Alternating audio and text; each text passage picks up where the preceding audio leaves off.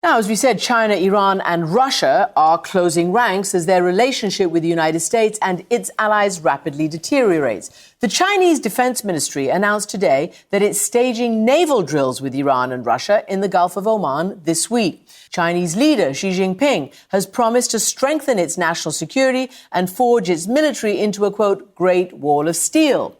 Meantime, China is accusing the US, UK and Australia of, in their words, going further down a dangerous road after they inked a new deal on nuclear-powered submarines, which are intended to counter Chinese aggression in the Indo-Pacific. And, as we discussed earlier in the program, China is also flexing its diplomatic muscles on the world stage. Again, that historic deal that we just talked about. Now, that is reframing the established order in the Middle East and America's presumed dominance there. So let's bring you the view from China on all of this with Victor Gao, a former Chinese government official who's joining me now from Beijing. Victor Gao, welcome back to the program. I know it's super late or super early for you in Beijing, so thanks for being with us. Thank you. What do you think when you hear your president, your leader, talk about building a ring of steel? What is that intended to tell his own people and the world? For the Chinese people, Chinese President Xi Jinping's remarks are really very reassuring because in a very dangerous and uncertain world, the Chinese people do want to have absolute assurance that China's sovereignty and territorial integrity will be fiercely defended. Now, for the rest of the world, I think China's message is clear. That is, China is an independent sovereign nation standing firmly on its principle, and it will refuse to be bullied by any country or groups of countries in the world. In this way, China will really do its homework, continue to improve its economic development, but also engage with the rest of the world on equal terms. And I would say this peace deal between Iran and Saudi Arabia really is the first indication that China is now completely independent in its own initiative, and you need to expect that more initiatives will come from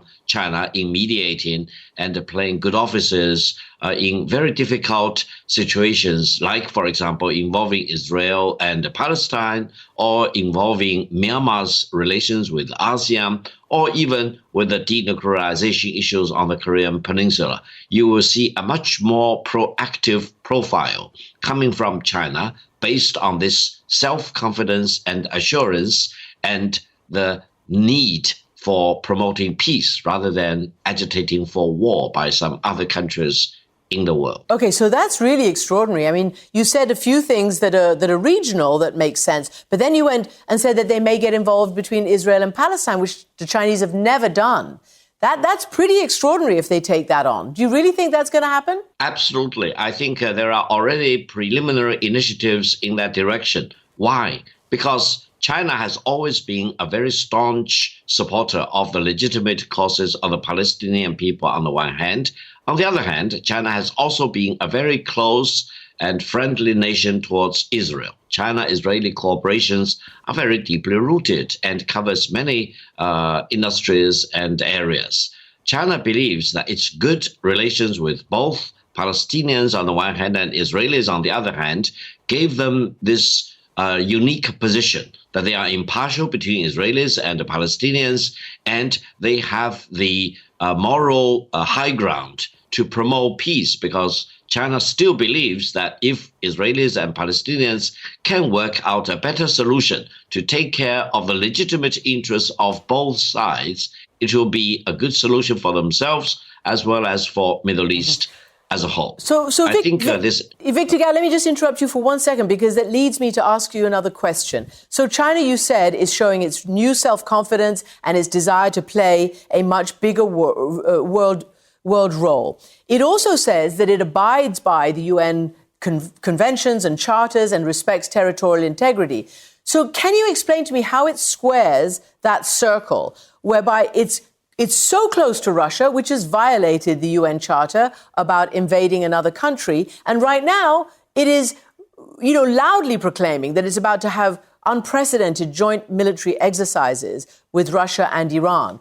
That is a message, but it's not a message of upholding international law. Christian, allow me to explain this very interesting and very important situation. First of all, among all countries in the world today, China is the only country which has produced a proposed peace framework to end the war between Russia and Ukraine, and whichever countries which stand behind Ukraine. This is a very important initiative because China believes that the war will not serve any constructive purpose, and eventually only peace can really restore the confidence of the people in that part of the world and also create the maximum benefits for the people in Ukraine, as well as for many other countries in that neighborhood. Prolonging the war is a greater disaster for everyone involved. Now, on the other hand, China-Russian relations have been normalized since 1991, and it has always been based on equality and good neighborliness. And the bilateral trade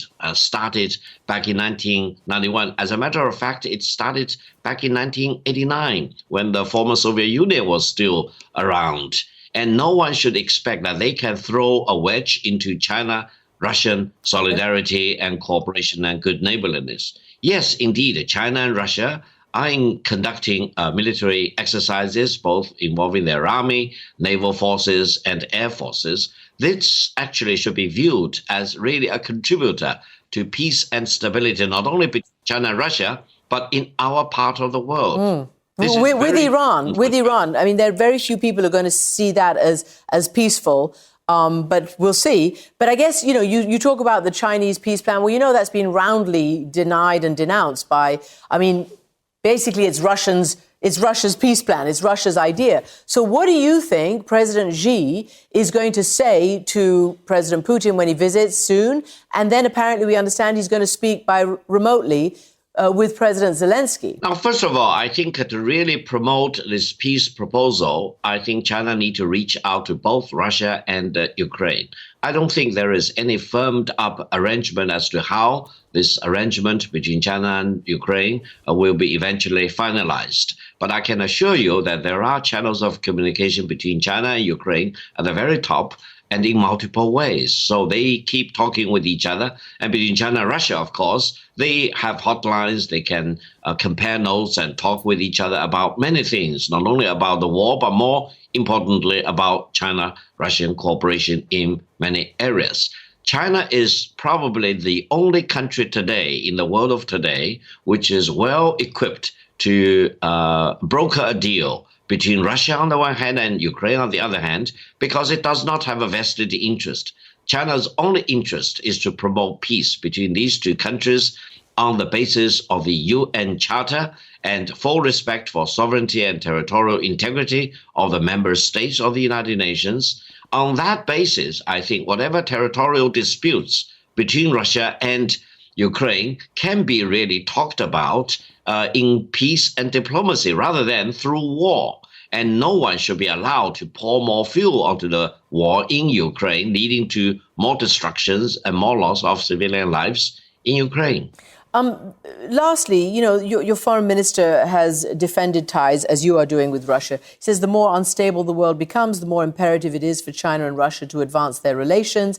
We know also that there's a real, it's perceived to be a kind of a new alliance against the United States. So the U.S. has said that potentially President Biden is interested in a conversation now that the big party Congress is over with President Xi. Where do you think relations are? Are they as bad between the U.S. and China as it looks? I think China-U.S. relations have never been as bad as it is, and it is also going to further deteriorate in the coming couple of years. Whether it will stabilize in the next administration of the United States, it's not known. However, I'm confident about the general direction of China-U.S. relations for the medium term and the longer term, because I think Washington is really worried about two nightmares, and they combine the two nightmares together.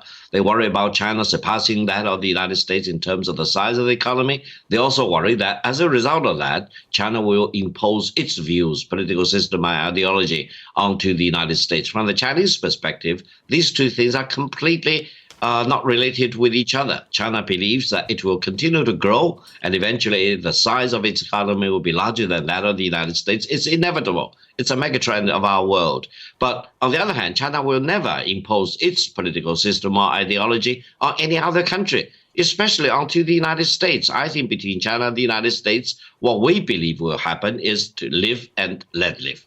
China and United States need to live and let the other side live, rather than I will live at your expense. Okay. This is not the Chinese. Okay, last question. One word answer. You talk about the next 2 years. So does that mean that Xi Jinping will take back Taiwan by hook or by crook, as he said, in the next 2 years? I think the unification of China is a megatrend, and most of the people alive today will live to see the Chinese unification. I hope it will be done through peaceful means, and I believe nobody should pretend to be surprised once China is reunited. China is the only member of the Security Council, permanent member states, which has not yet achieved full national reunification because of the unfinished civil war in 1949. It is time to achieve reunification for China as a whole. Victor Gao, thank you for that perspective from Beijing. Welcome to the Highlights from Ukraine podcast, your daily audio summary of the latest news reported in the Ukrainian media.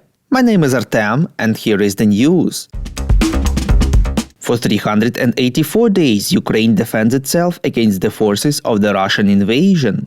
Yesterday, Ukraine marked Volunteer Day, dedicated to those who voluntarily joined Ukraine's defense effort. President of Ukraine Volodymyr Zelensky in his address said that Ukraine is grateful to everyone who felt that it was time to become a warrior. The president awarded a number of volunteers, including medic Alina Mikhailova, fiancée of hero of Ukraine Dmytro Kotyubailo, known as Da Vinci. Da Vinci was killed in action last week near Bakhmut. Mikhailova gave to the president a chevron of Dmytro's battalion, the Da Vinci Wolves. Zelensky thanked for this, saying that it was an honor for him. Volodymyr Zelensky held a meeting of the staff with the main focus on the city of Bakhmut, Donetsk Oblast. According to him, the entire staff support the need to reinforce this direction and to inflict maximum possible damage upon the occupier. The participants also analyzed the supply of weapons and ammunition to the defense units on the front line, reports Interfax Ukraine. The pace and volume of delivery of equipment and weapons from Ukraine's partners and their distribution among the groups of troops were discussed as well. Later, Commander-in-Chief of the Armed Forces of Ukraine Valery Zaluzhny stressed that the defensive operation in the Bakhmut direction is of the greatest strategic importance of holding the enemy back and is of key importance for the fortitude of the defense along the entire front line.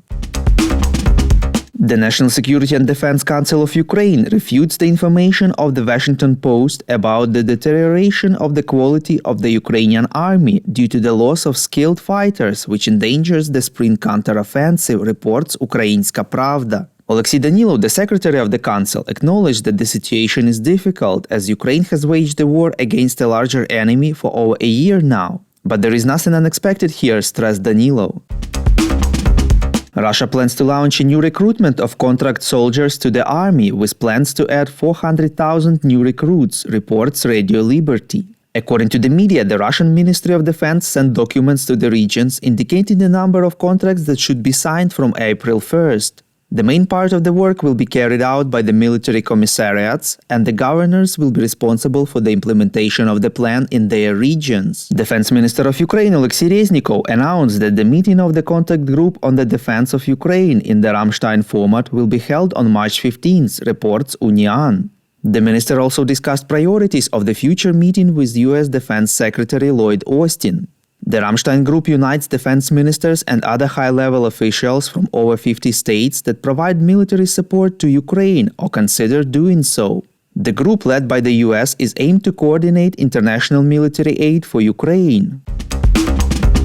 Defense Minister of the Netherlands, Kajsa Ollongren, announced plans of the Netherlands, together with Belgium, to provide Ukraine with 2 Alkmaar-class minesweepers in 2025, reports Militarny. During her visit to Ukraine, she informed that the countries will start training Ukrainian crews so that they know how to use the ships. In turn, Defense Minister of Ukraine Oleksiy Reznikov noted that 3 components should be taken into account when it comes to the timing of ship deliveries, reports Ukrinform. Among those are crew training time, the fact that as long as the open phase of the war continues in accordance with the Montreux Convention, it is impossible for warships to pass through the Bosphorus into the Black Sea. The third factor, as the minister stressed, is that the mine clearance of the Black Sea can begin only after security guarantees for Ukraine is given. The defense minister of Ukraine called this announcement the creation of what may be called a ship coalition in support of Ukraine. According to him, it already includes 3 countries, the Netherlands, Belgium and the United Kingdom. The UK has already handed over 2 minesweepers on which Ukrainian crews are already officially located, and the flag of the Ukrainian Navy has been raised.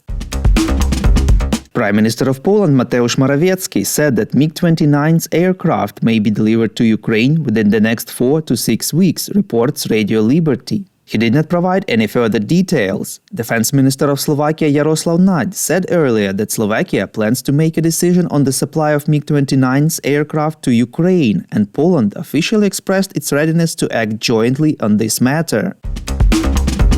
A US MQ-9 Reaper drone has crashed into the Black Sea after it was struck by a Russian Su-27 fighter jet, reports Interfax Ukraine. The United States European Command stated that 2 Russian Su-27 aircraft conducted an unsafe and unprofessional intercept with the US unmanned MQ-9 aircraft that was operating within international airspace over the Black Sea. According to the US side, one of the aircraft struck the drone's propeller. The Ministry of Defense of Russia stated that their Su-27 fighter jets had nothing to do with the crash of the drone, reports European Pravda. In addition, they said it approached annexed Crimea and was flying with transponders turned off. The ministry claims that the drone crashed after it conducted a dangerous maneuver. The Highlights from Ukraine podcast is an uncommercial initiative of just 2 people, and we need your help to grow. Share information about the podcast, rate us in the apps, subscribe to our Patreon. With your support, we are getting better. No money to Ukraine, and that country needs to find peace, not war. We're not a European power. We're a Pacific power. Republicans, once defined as Cold War hawks, distrustful of Russia, are quickly and sharply splitting over U.S. support of Ukraine, and they're doing it in prime time. Last week, we sent a questionnaire to every Republican presidential candidate, announced and potential, asking about Ukraine. Fox News host Tucker Carlson aiming to put Ukraine at the center of the 2024 GOP race. Former President Donald Trump responded, saying Ukraine should expect little money unless Russia keeps prosecuting or pushing the war. Trump has long questioned the amount of funding for Ukraine and how much Europe is contributing, as evidenced this week in Iowa. If you look at the war, if you look at what's going on, we're at about $150 billion and they're at about $25 billion. I would say that's not right. But now it appears Florida Governor Ron DeSantis, an expected presidential candidate, is also staking out an isolationist position.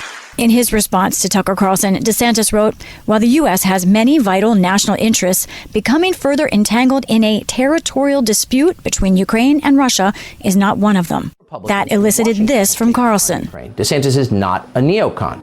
That's a shot at others, like former Vice President Dick Cheney or South Carolina Senator Lindsey Graham, who have seen a U.S. role replacing adversaries in changing regimes. This firmly places the 2 Republicans currently leading 2024 polls on the isolationist spectrum. But others see opportunity for contrast, like former Vice President Mike Pence, directly taking on DeSantis' words in a radio interview today. The war going on in Ukraine right now is not a territorial dispute. It is a result of an unprovoked war of aggression by Russia. Also loudly breaking with Trump and DeSantis on this is former South Carolina Governor Nikki Haley.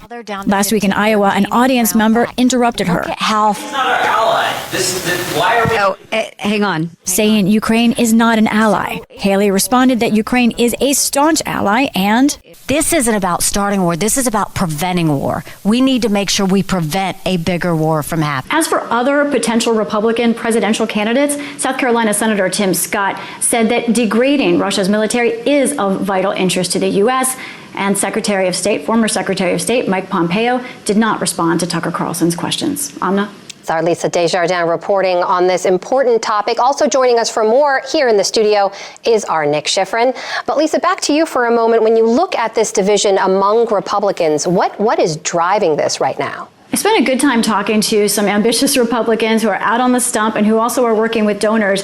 And that gave me an answer that there really is a split between voters and donors in the Republican Party. Let's look at where voters are. In our latest PBS NewsHour NPR Marist poll, we asked about support levels for Ukraine. You can see among Republicans, 47% in that poll said there's too much support, too much U.S. support. And then you see the rest of Republican voters somewhere between not enough and about right. Now, that indicates there's a split among Republicans, but what Republicans I talked to, Amna, are seeing is the trend here. That 47% that don't want as much support for Ukraine, that's a huge leap, and the number keeps growing. Why is that? Well, some of the suspicions here, some of the talking to voters also today, they tell me that they just have a problem after the U.S. withdrawal from Afghanistan in trusting the current military leadership, and that overall there is a sense that the U.S. has problems here at home that it needs to take care of rather than dealing with things overseas. Other Republicans, however, as you heard in that story, say no. Ukraine is a critical battle line. It is about American values and about U.S. interests going forward.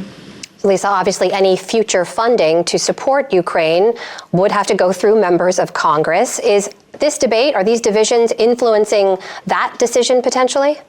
We are entering an absolutely critical few months in terms of U.S. funding for everything ahead.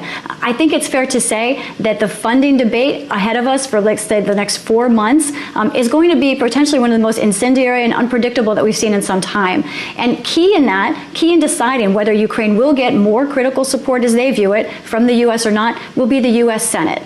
Today, the number 2 Senate Republican, John Thune, was asked about Ukraine, and I want to play what he said. There are lots of different opinions on U.S. involvement in Ukraine, but I think the majority opinion among Senate Republicans is that the United States has a vital national security interest there in stopping Russian aggression, and that's certainly the view I have.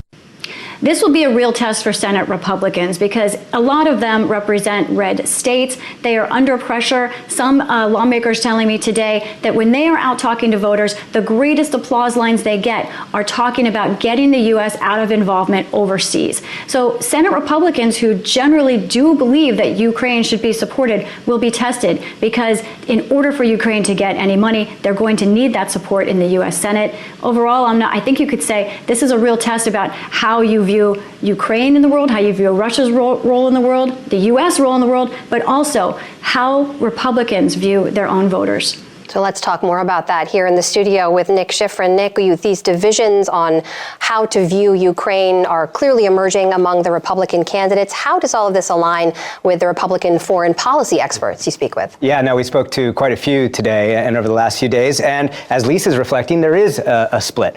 First of all, on the establishment, they not only argue that the war is worth it, but they argue that President Biden isn't waging enough war. They want Biden to send more weapons, F-16 long-range rockets, so that Ukraine can win, avoiding, by the way, a longer war that would, of course, cost even more money. And as you heard Senator Thune just there, they make these bigger ideological arguments. Autocracy should not be allowed to steamroll a democracy. Stopping Russia protects NATO and also sends a message to China over Taiwan. That is the same argument you hear from the administration, even today. Secretary of Defense Lloyd Austin, when asked about some of this Republican criticism. It's about one country's ability to wake up one day and change the borders of its neighbor and annex its neighbor's sovereign territory. And if that is the establishment argument, then there is the other one, and that is the Republican base described to me from MAGA to Main Street to Wall Street to the working class. They do not want to hear about another long war from the establishment, a war that cannot obviously be won,